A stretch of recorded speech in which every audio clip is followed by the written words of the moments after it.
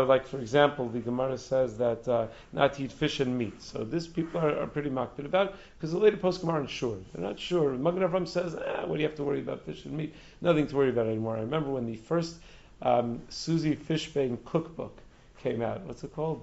You guys aren't married. Right, so one of those kosher, maybe it was kosher by design. One of the first one came out. There was a recipe for like a spinach veal thing that called for Worcester sauce, if I'm pronouncing that correctly. Now, Worcester sauce is made with fish. So that was a big shaila. Everyone was asking the shaila, how can you use that on the veal?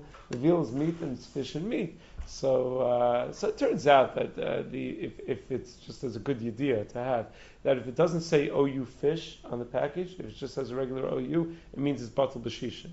Elamite is machlokas shach and taz, whether sakana could be batal b'shishin.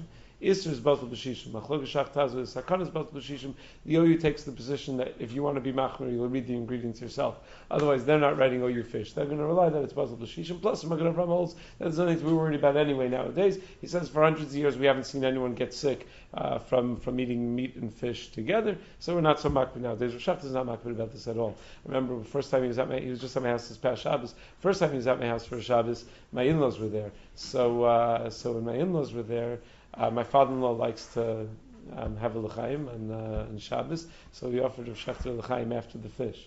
So, because that's the minhag, is you have a l'chaim to wash your mouth between the fish and the meat. So he took the l'chaim, he went in Rome, so he took the l'chaim.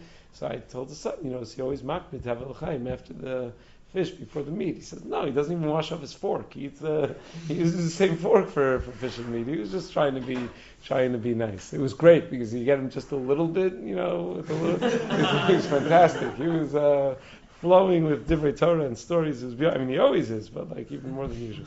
So.